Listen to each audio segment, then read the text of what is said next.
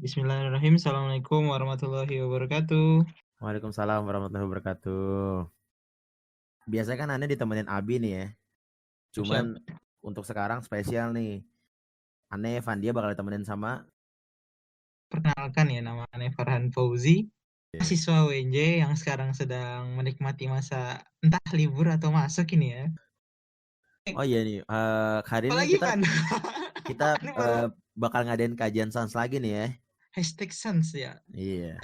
Kira-kira Sans keberapa? ini ketiga.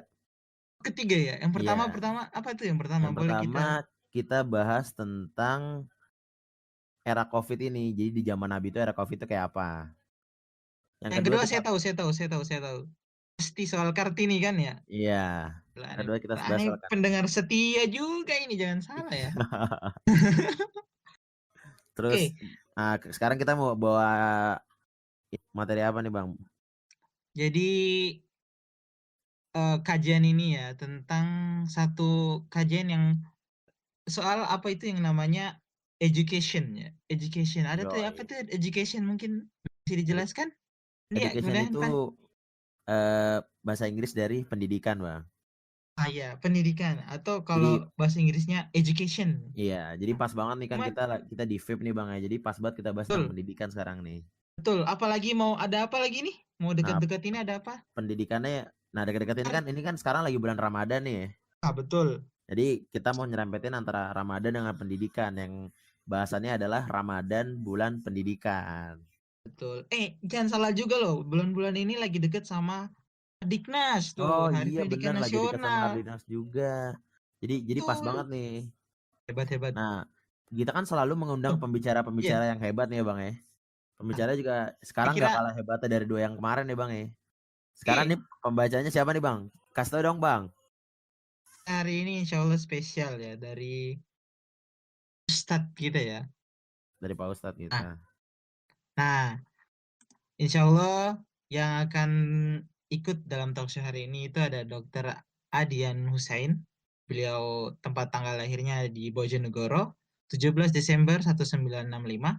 Lalu riwayat sekolah yang pertama S1 Fakultas Kedokteran Hewan IPB Bogor, lalu S2 Hubungan Internasional Universitas Jayabaya Jakarta, lalu ketiga PhD dalam Islamic Civilization di International Institute Islam Thought and Civilization. Iya Beliau sebenarnya sekarang jadi ketua program dokter pendidikan Islam di Universitas Universitas Ibnu Ibnu Khaldun Khaldun Bogor, lalu Bogor. kedua pendiri dan pimpinan dari pesantren At-Taqwa Depok. Oke. Pengalaman aktivitasnya nih banyak banget nih Masya Allah. Ah ya, coba sebutin Pan, coba Pan. Pengalaman aktivitas dan organisasi itu diantaranya ada guru biologi di pesantren Darut Taqwa Cibinong dari tahun 88 sampai 89, wartawan harian Berita Buana dan harian Republika dari 90 sampai 98, pengurus Komisi Kerukunan Umat Beragama MUI Pusat tahun 2000 sampai 2010, pengurus Majelis Tablik PP Muhammadiyah 2005 sampai 2010, Ketua Dewan Dakwah Islamiyah Indonesia 2005 sampai 2010, anggota Badan Pembina Dewan Dakwah Islamiyah Indonesia 2010 sampai sekarang, dosen MK Islamic Worldview di program Pasca Sarjana PSTTI UI. Pak Ustadz ini juga udah buat banyak buku nih kelihatannya nih Bang. Ah, Yang keren pertama itu keren keren. ada Wajah Peradaban Barat. Buku ini mendapat penghargaan sebagai buku terbaik pertama untuk kategori non-fiksi dalam Islamic Book Fair di tahun 2006. Wow. Ini salah satu event Keren. buku Islam terbesar nih Bang ya. Kemarin yang di JCC ya kalau nggak salah kemarin terbaru ya. Iya iya iya iya, betul betul. Terus Filsafat Ilmu Tinjauan Barat dan Islam. Berikutnya 10 Kuliah Agama Islam. Yang keempat, Pendidikan Islam Mewujudkan Generasi Gemilang Menuju Negara Adidaya 2045. Dan buku yang terakhirnya Perguruan Tinggi Ideal di Era Disrupsi. Nah, lalu ada satu lagi Lalu penghargaan beliau. penghargaannya nih menjadi tokoh perbukuan Islam di IBF 2020. Baru dong. Baru banget ini IBF baru Ini kemarin. dia paling baru nih yang kemarin nih. Terus Pak Ustadznya juga statusnya sekarang menikah, mempunyai satu istri dan 7 orang anak. Alhamdulillah. Alhamdulillah. Insya Allah. Keren keren keren. Berikutnya langsung aja kita panggilin kali ya Bang ya. Oh iya. Pembicara kita. Gimana tafadhol Ustaz? Ya, baik. Assalamualaikum Ustaz. Assalamualaikum. Waalaikumsalam. Waalaikumsalam Pak Ustadz.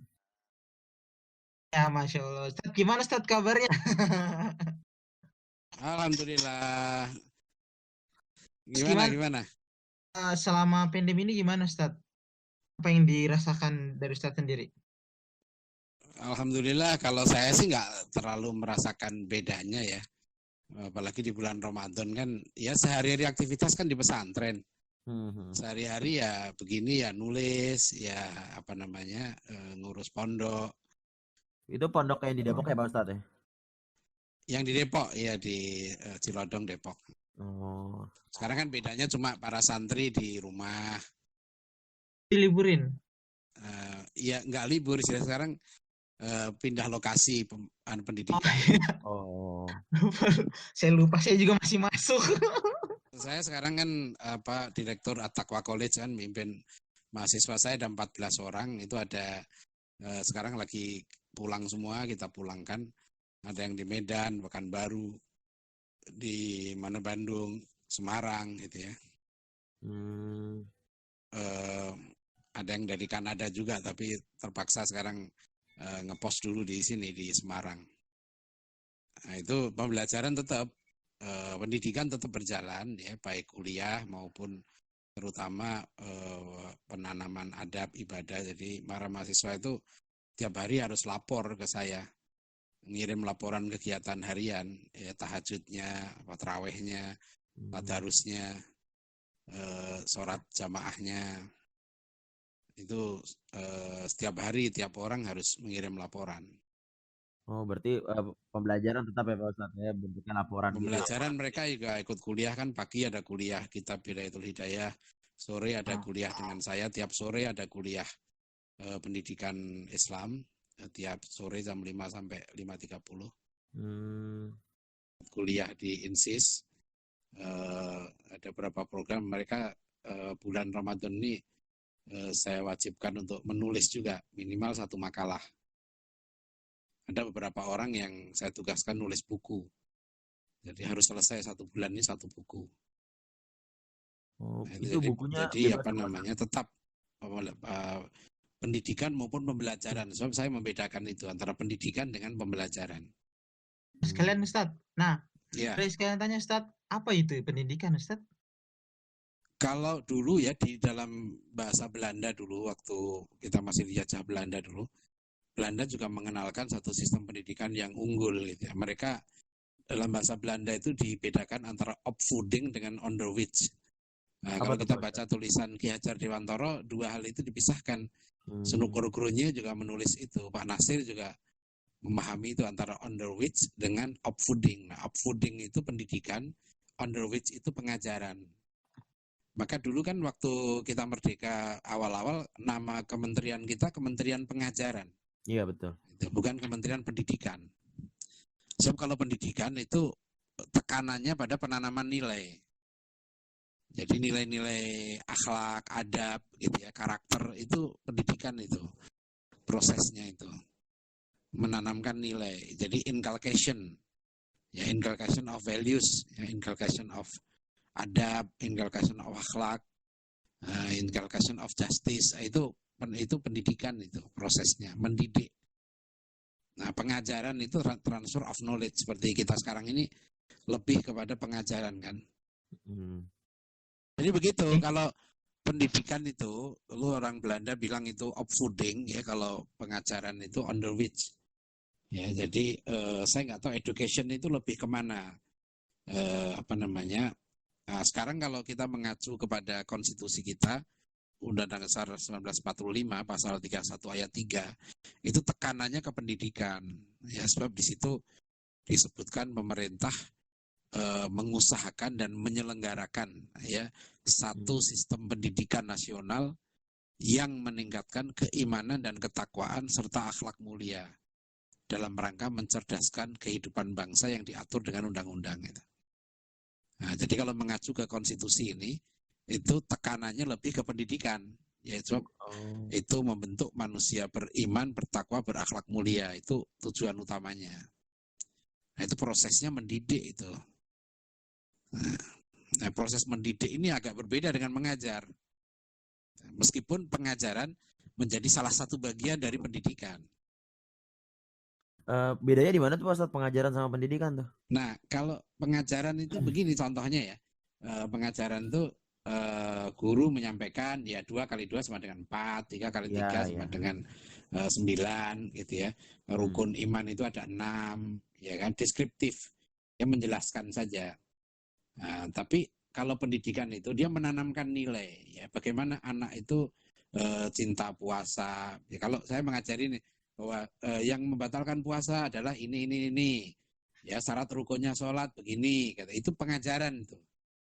Ya, menyampaikan informasi lah begitu ya, pengajaran itu.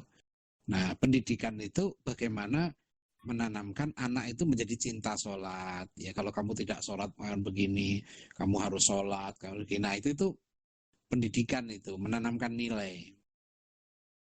Jadi bukan hanya kalau orang melanggar korupsi, kalau orang korupsi maka diancam hukuman sekian gitu kan. Iya Kan betul. beda kalau saya bilang, kamu jangan sampai korupsi karena kamu masuk neraka nanti. Oh iya Neraka itu benar. begini-begini gitu. Nah, maka proses pendidikan, penanaman nilai ini itu kalau Profesor Ahmad Tafsir dari Bandung menyebut ada 4 syarat gitu ya supaya sukses menanamkan nilai-nilai kebaikan itu. Ya, 1 dengan contoh, ya keteladanan, 2 dengan pembiasaan, 3 dengan pemotivasian, 4 dengan penegakan aturan, disiplin itu. Nah, itu namanya pendidikan itu. Nah, kalau bahasa Arab itu takdib namanya. Ya, menanamkan nilai-nilai adab atau inculcation of adab itu. Nah, itu juga akhlak di situ. Nah, karakter sebetulnya sama itu modelnya kayak begitu. Kita sekarang ada pendidikan karakter gitu ya. Iya, pendidikan Membentuk karakter. anak rajin gitu kan, tidak malas, jujur gitu ya. Suka menolong, ya, peduli kebersihan. Itu karakter tuh, itu harus ditanamkan sebetulnya. Maka kenapa pendidikan karakter kita ini seperti gagal, banyak analisis tentang itu, karena faktor yang terpenting itu adalah contoh, keteladanan dan pembiasaan serta penegakan disiplin aturan itu. Oh, berarti Nah, itu kalau pendidikan itu. berarti kalau kita bicara tentang pendidikan yang ada di Indonesia saat ini ya Pak Ustadz ya, berarti untuk pendidikan karakternya sendiri itu cenderung gagal untuk saat ini ya Pak Ustadz ya. Iya, karena dia karakter kan diajarkan, diseminarkan, ditulis buku gitu ya. Nggak begitu, karakter itu dicontohkan. Misalnya kalau kita mau orang Indonesia jujur gitu ya, atau mahasiswa UNJ itu jujur, ya rektornya harus jujur, dosennya jujur gitu loh. Kalau ingin mahasiswanya cinta ilmu harus ada contohnya. Presidennya cinta ilmu, menterinya cinta ilmu, gitu kan. Berarti Ingin rakyatnya jujur, ya presidennya harus jujur, menterinya jujur, gubernurnya jujur, bupatinya jujur, orang tuanya jujur. Nah, sekarang ini kan yang penting orang tua nih kalau konteks pendidikan karakter. Ini kesempatan besar karena sekarang ini menurut saya lembaga pendidikan terpenting di era sekarang ini keluarga. Betul. Dan orang tua harus menjadi guru keluarga gitu. Nah, itu yang penting sekarang ini. Baik. Berarti ini Bos Tete dengan kondisi PSBB saat ini dirasa pendidikan itu pendidikan yang ada, pendidikan pembiasaan itu bisa lebih ditekankan ke orang tua ya Pak Ustadz ya. Iya, sekarang makanya kan saya punya acara tiap sore itu jam 5 sampai setengah 6, namanya Kurma Langka, itu di Facebook saya live. Itu kiat mendidik anak sukses dunia akhirat. Itu tekanannya adalah bagaimana mendidik orang tua dulu sebenarnya. Orang tua itu harus dididik dia supaya bisa menjadi guru. Gitu. Karena setiap orang tua itu harus jadi guru. Nah, guru terutama untuk masalah adab dan akhlak ini, karena itu harus dicontohkan, dibiasakan, gitu ya, dimotivasikan, ya, dan didisiplinkan. Nah, ya. Itu yang paling bagus ya di rumah itu karena intensitas interaksinya sangat tinggi. Nah, adapun di sekolah, di kampus itu kan sekarang semakin berkurang ini, apalagi dengan PJJ, pembelajaran jarak jauh itu. Nah, itu sudah semakin berkurang. Nah, jadi sekarang ini kesempatan sebenarnya. Jadi pemerintah itu sekarang harus menurut saya gitu ya, punya program memberdayakan orang tua sebagai guru gitu lah. Nah, itu yang program kita sekarang di situ nih harus fokus ya lebih kepada jadi bukan hanya target-target penyampaian materi. Kalau penyampaian materi sekarang anak itu mungkin lebih pintar dari gurunya loh. Anak sekarang dia googling cepat banget informasi. Betul, Dan betul. sekarang ujian nasional apa juga sudah pakai internet, pakai Google, dikerjain di rumah, Betul, betul, betul. gitu kan. Jadi era kesempatan sekarang ini justru mengembalikan pendidikan kepada jati dirinya, ya, yaitu pendidikan itu intinya menanamkan nilai-nilai kebaikan, nilai-nilai keadilan, nah, nilai-nilai adab tadi itu, nilai-nilai akhlak itu, akhlakul karimah. Itu perintah konstitusi itu, iman, takwa, akhlak mulia. Coba bayangkan Ramadan ini juga supaya orang menjadi takwa kan setelah ibadah Ramadan. Pendidikan kita juga mengamanahkan itu, bahwa pemerintah harus menyelenggarakan pendidikan yang pakai yang lagi di situ, yang meningkatkan keimanan dan ketakwaan serta akhlak mulia itu. Nah, itu sekarang tinggal metodenya dijabarkan. Jadi gampangannya di UNJ itu ya, kalau ada mahasiswa muslim UNJ sholatnya nggak bener, ngajinya nggak bener, akhlaknya nggak bener, itu nggak boleh lulus gitu, nggak boleh naik semester. Itu kalau saya rektornya begitu.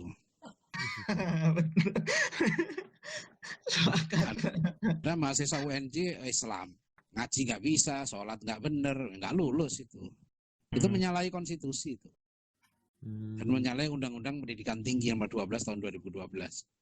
Untuk kondisi pendidikan di Indonesia ini sendiri menurut Ustadz gimana, Ustadz? Ya itu Situasinya. sekarang nggak usah lihat Indonesia, dia lihat UNJ aja kan. UNJ kan kampus guru, ya kan. Kalau lihat pendidikan itu lihat gurunya. Itu dulu yang Menteri Pengajaran Belanda, Dr. Nieuwenhuis, kata-katanya bahkan dikutip oleh Pak Natsir itu. Ya, kemajuan suatu bangsa itu ditentukan oleh sekelompok guru yang ikhlas berbuat untuk bangsanya. Gitu. Itu kunci kemajuan bangsa itu di guru. Gitu. Nah itu juga kalau mahfudat di pondok pesantren ini orang hafal. At-tariqah ahamu minal madah, wal ustadu ahamu minal tariqah, waruhul ustad ahamu minal ustad. Ya kan, metode lebih penting daripada materi gitu ya. Tapi guru lebih penting daripada metode, dan jiwa guru lebih penting daripada guru itu sendiri gitu. Nah sekarang yang diproduksi UNJ itu gurunya seperti apa kualitasnya gitu. Nah, orang-orangnya ikhlas, zuhud, ya cinta ilmu, ya ngajar nggak mengharapkan bayaran, gitu loh. Nah, pejuang pendidikan, seperti dalam lagu itulah, lagu apa namanya, engkau bagai pelita apa dalam kegelapan, lagu himne guru dulu itu. Iya, Sekarang tahu, masih tahu, ada yang tahu, nyanyi nggak itu himne guru itu? Ya, engkau bagai apa pelita dalam kegelapan. Engkau laksana embun penyejuk, itu kan bagus itu lagu himne guru, benar-benar. ya kan? Saya Iya, makanya sering gitu. ceramah di mungkin ratusan sekolah, saya bilang guru itu bukan tukang ngajar bayaran. Dulu saya protes sama staf khusus Mendikbud, ya kebetulan kawan kuliah saya bilang ini guru kok dihitung kayak tukang ngajar bayaran. Guru itu pejuang, ya guru itu pejuang, nggak layak Benar-benar. guru itu sampai harus demo minta diangkat jadi pegawai gitu. Ya, itu tugas negara itu ya mensejahterakan guru. Tapi guru pun harus layak gitu lah, sebagai guru. Jadi jangan hanya guru minta, oh kita guru dong dikasihani di ini. Aduh, jangan begitu gitu lah. Yang jadi guru itu gitu lah. Jadi kalau menurut saya gitu ya, pendidikan Indonesia itu yaitu akan baru bisa hebat gitu ya. Kalau anak masuk UNJ itu lebih bangga daripada masuk Fakultas Kedokteran UI. Sekarang mahasiswa UNJ itu lebih bangga nggak? Gitu. Orang masuk Fakultas Kedokteran swasta di Jakarta itu sampai ada yang 500 juta. Masuk UNJ berapa? Kalau saya 600 juta uang masuk UNJ itu. Gitu, karena jadi guru tuh mulia. Gitu. Hmm. Nah, sekarang mahasiswa UNJ merasa nggak mulia, lebih hebat daripada mahasiswa Fakultas Kedokteran UI. Kalau itu belum maju pendidikan kita itu. Bener-bener juga ya Pak Bener Ustadz ya. nggak? Bener-bener. Betul. Ya, itu pendidikan dulu ya, tahun 60-an saya dapat cerita dari seorang dosen ITS ya. Sudah 70 tahun lebih umurnya beliau. Itu beliau cerita tahun 62 beliau lulus SMP ya di Surabaya. Beliau termasuk pinter gitu kan. Maka pertama kali dulu anak-anak pinter lulus SMP katanya tahun 60-an itu dia daftar jadi sekolah guru namanya SGA, sekolah guru atas. Nah itu 4 tahun setelah SMP. Jadi ketika dia nggak diterima di SGA, sekolah guru atas ya, maka baru dia daftar ke SMA yang terbaik di Surabaya. Nah, namanya Pak Abdul Qadir Baraja, ini pendiri sekolah Al-Hikmah Surabaya. Dia cerita, saya dulu daftar sekolah guru ditolak.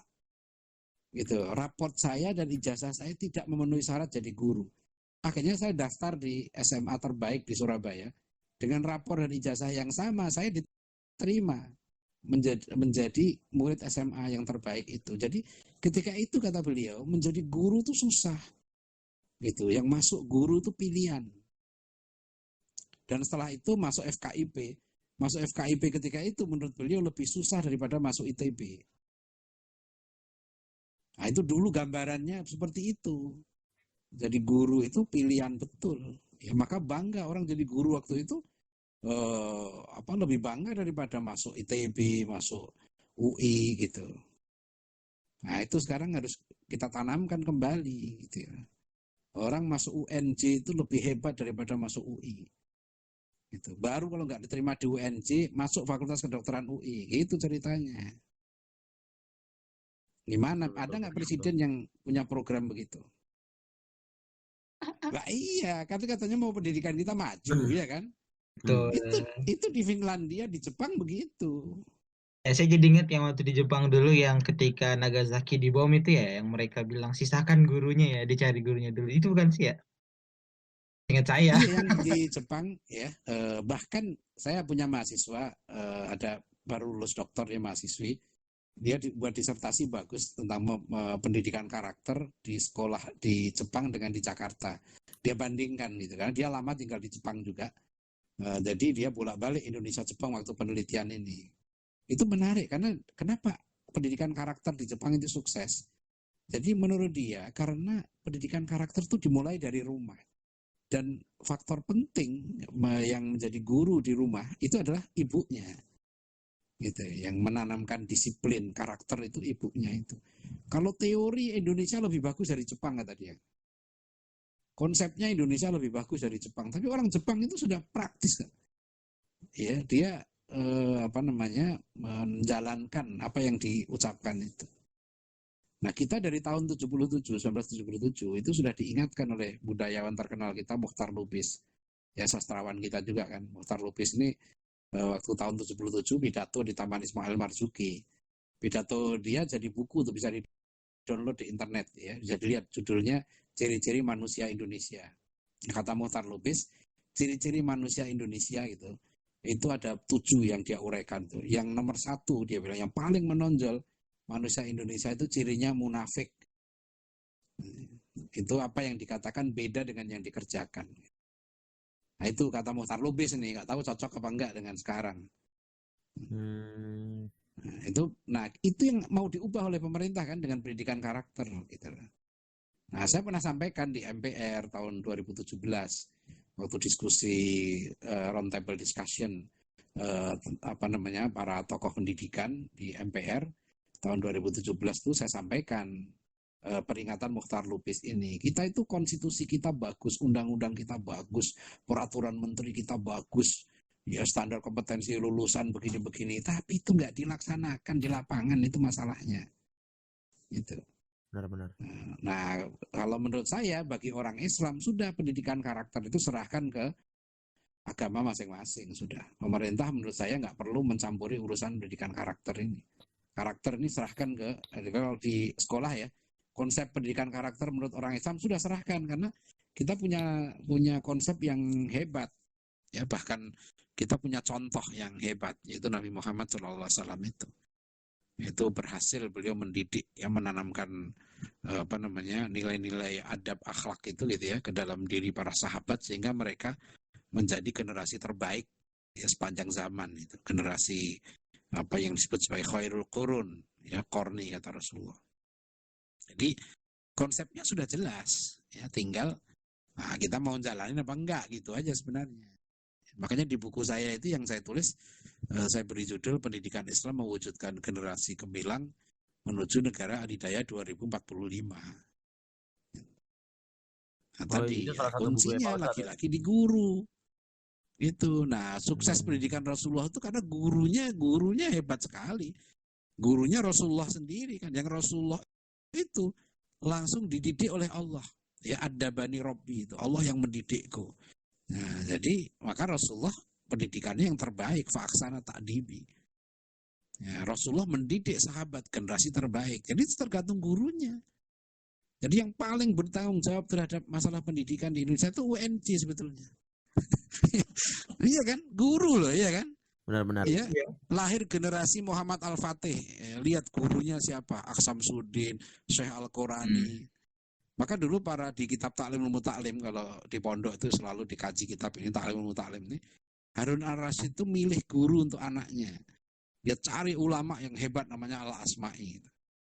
Tapi dipantau oleh Harun Ar-Rasyid tuh waktu didik anaknya itu. Al-Asma'i ini ternyata gak bener didik anak Harun Ar-Rasyid. Waktu itu Harun Ar-Rasyid ngelihat ya anaknya itu disuruh mencuci kaki, mengucurkan air untuk gurunya berwudu kan. Dulu kan kalau guru berwudu kan airnya dipancurkan gitu oleh muridnya ini. Muridnya ini anak kepala negara. Nah, si kepala negara Harun Ar-Rasyid ini ngawasi itu. Loh, anakku disuruh mengucurkan air sama gurunya. Gak bener tuh kata Harun Ar-Rasyid. Nah, gak benernya gimana? Ternyata tangannya anaknya Harun Ar-Rasyid yang satu tuh nganggur. Maka syarat untuk guru dihormati, gurunya harus layak.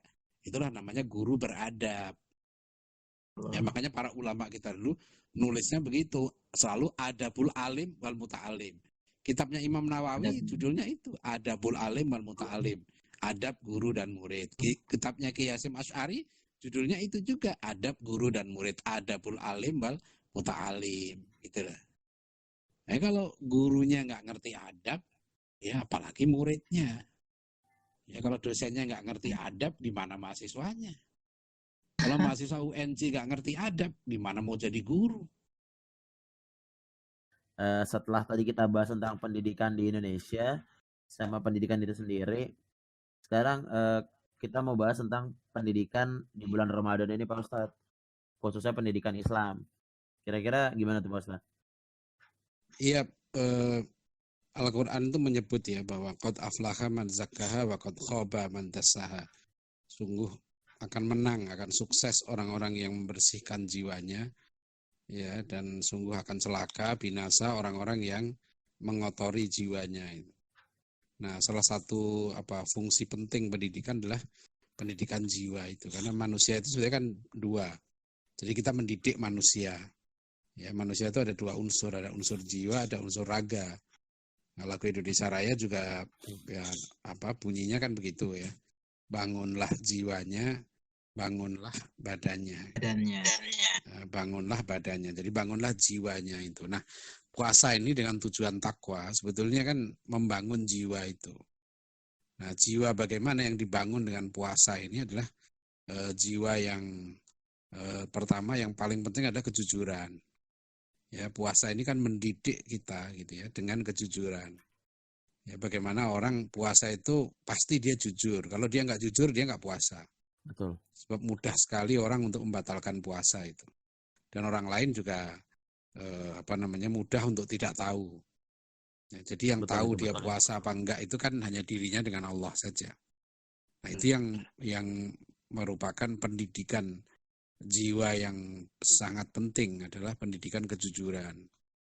Nah, makanya seharusnya gitu ya kalau kita puasa sebulan ini keluar dari bulan Ramadan ini kita bangsa yang jujur, umat yang jujur.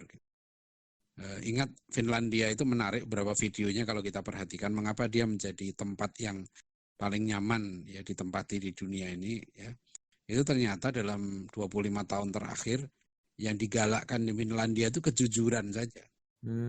Ya, orang itu suruh jujur saja gitu. Jadi pendidikan karakter kejujuran itu. Nah, sekarang kita bercermin kan gitu, sebagai umat Islam. Rasulullah SAW sudah mendidik kita gitu ya. Alaikum bisidqi, hendaklah kamu jujur gitu. Jujurlah kamu itu. Fa inna sidqa yahdi ilal birri. Jujur itu membawa kepada kebaikan, dan kebaikan itu membawa ke surga. Wal birru yahdi ilal jannah. Jadi seharusnya kalau kita sebagai bangsa muslim terbesar di dunia ini pendidikan kejujuran. Jadi Ramadan ini bulan pendidikan yang sangat penting ya. Menurut saya harus secara nasional ya dideklarasikan bahwa Ramadan ini adalah bulan pendidikan nasional. Ya, disinilah anggaran pendidikan, usaha-usaha pendidikan yang serius harus dilakukan untuk mendidik jiwa bangsa tadi itu. Karena ini sejalan kan, tujuan perintah, tujuan puasa itu kan la'allakum tattaqun, mudah-mudahan kamu bertakwa. Tujuan pendidikan nasional juga membentuk manusia beriman, bertakwa, ya kan, berakhlak mulia, kan nyambung. Jadi ini sudah tidak mengenal sebetulnya pendidikan Islam, pendidikan nasional. Pendidikan Islam itu ya pendidikan nasional itu ya pendidikan Islam. Ya, tentu itu untuk orang Islam ya, untuk orang yang beragama lain ya silahkan dia menggunakan konsep agamanya. Terutama dalam pendidikan karakter ya, dalam pendidikan adab tadi itu, akhlak itu. Nah, itu serahkan kepada konsep agama masing-masing.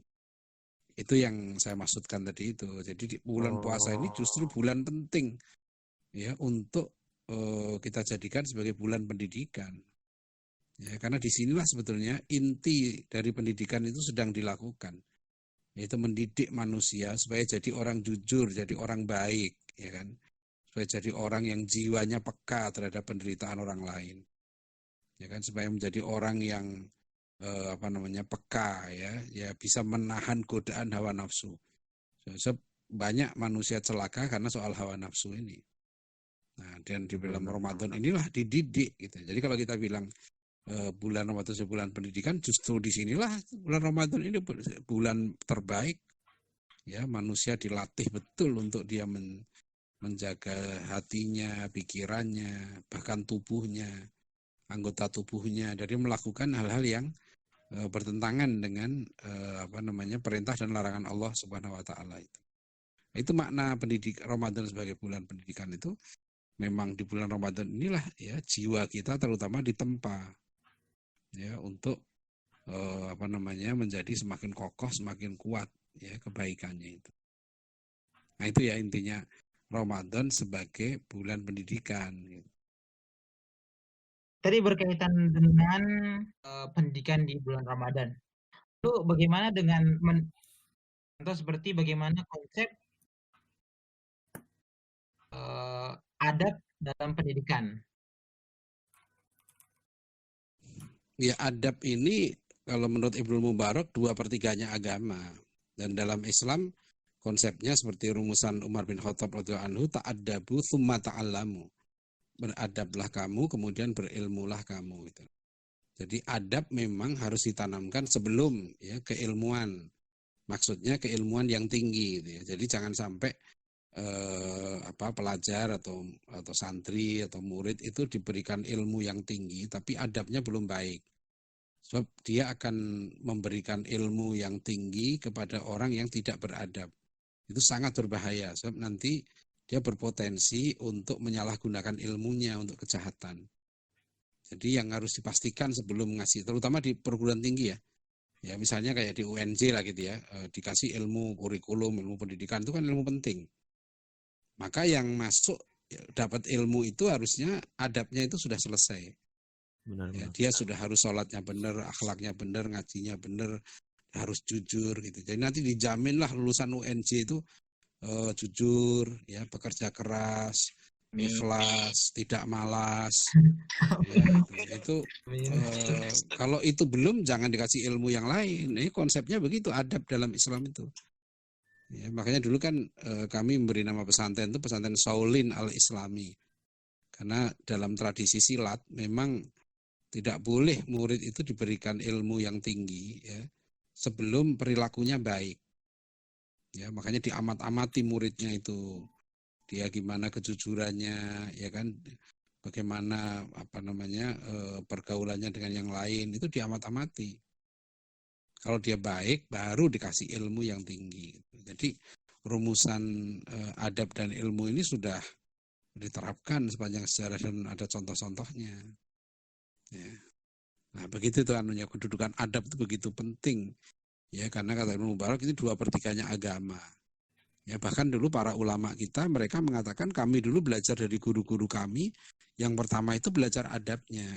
Kayak Imam Abdul Wahab, muridnya Imam Malik, mengatakan, ma ta'allamna min adabi malikin aktsaru mimma ta'allamna min ilmihi. Apa yang kami pelajari dari adabnya Imam Malik lebih banyak daripada kami belajar ilmunya. Nah, itulah, jadi memang ke depan ya UNJ itu bagusnya dosen dan mahasiswanya itu semua berasrama kayak pesantren gitu. Jadi dosen dan mahasiswa itu berinteraksi sehari-hari.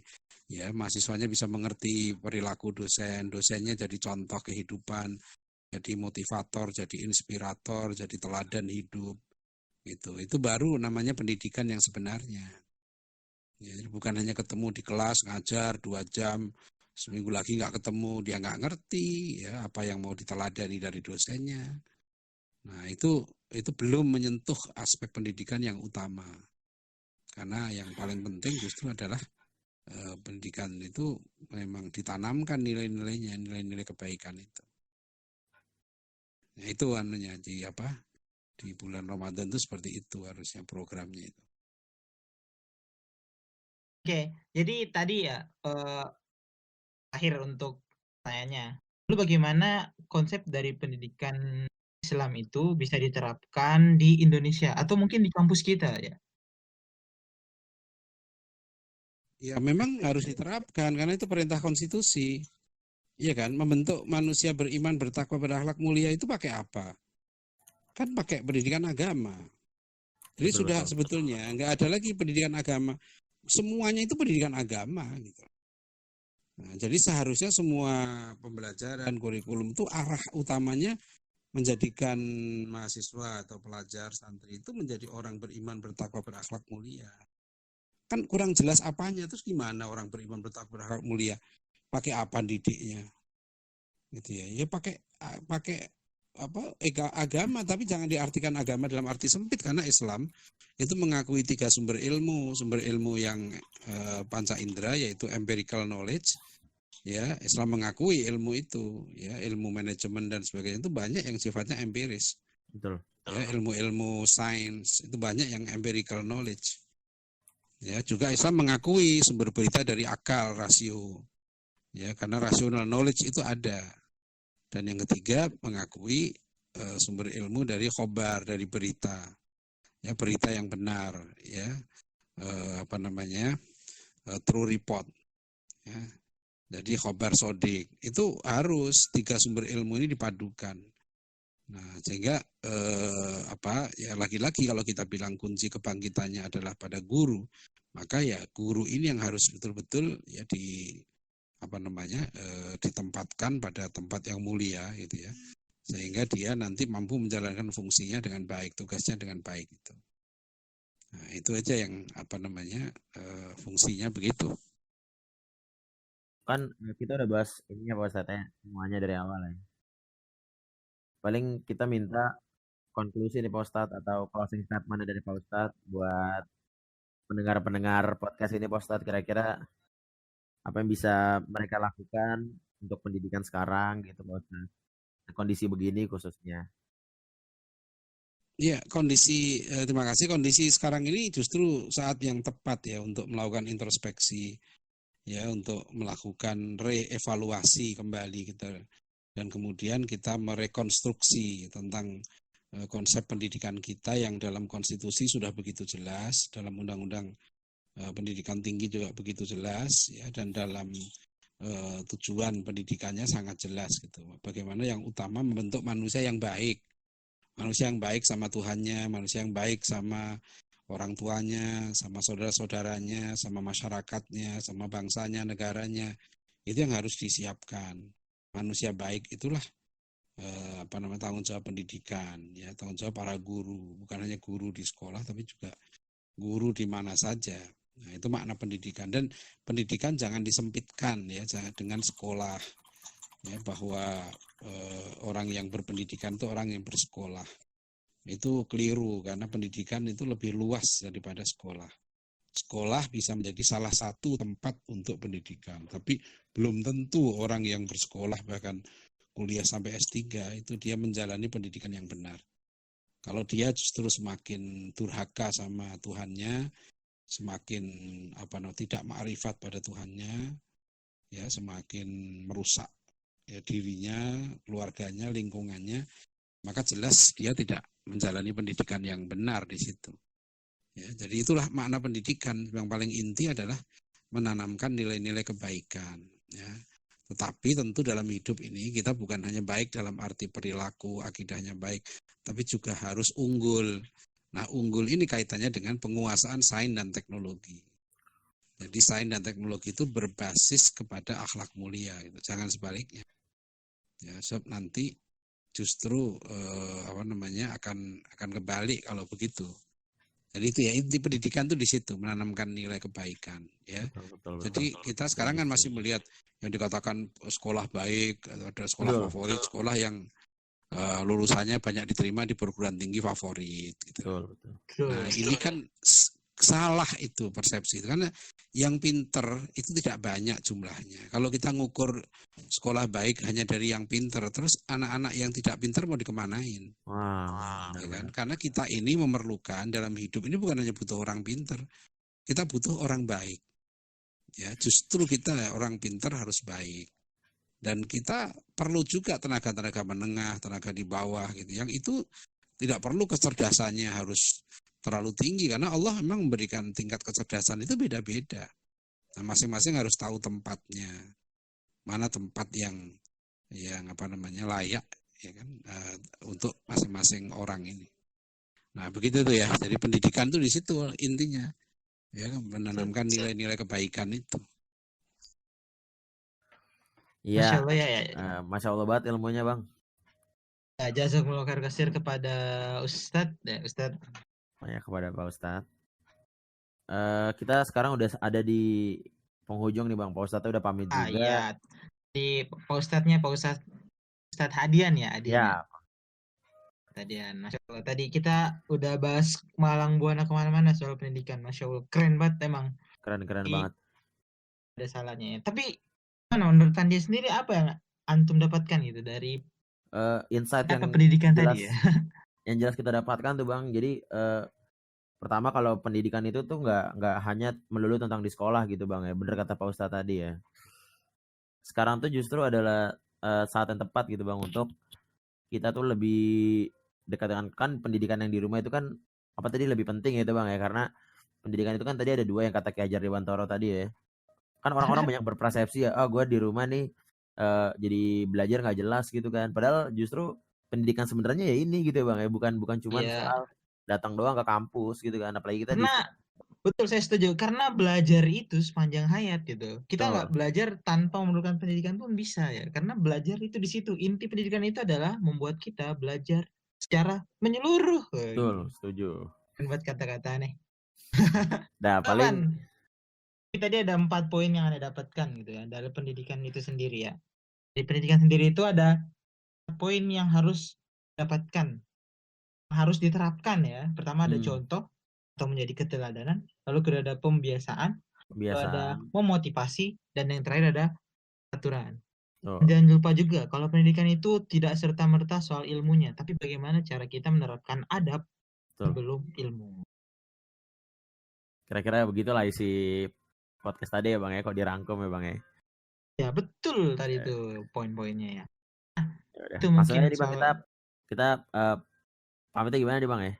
Kayak biasa kita aja lah ya. dulu dengan mengucap hamdalah. Alhamdulillahirrahmanirrahim. Kita istighfar dengan sebaik-baiknya. Astagfirullahaladzim. Oke. Iya, kita terdalam doa kafaratul majelis. Rame.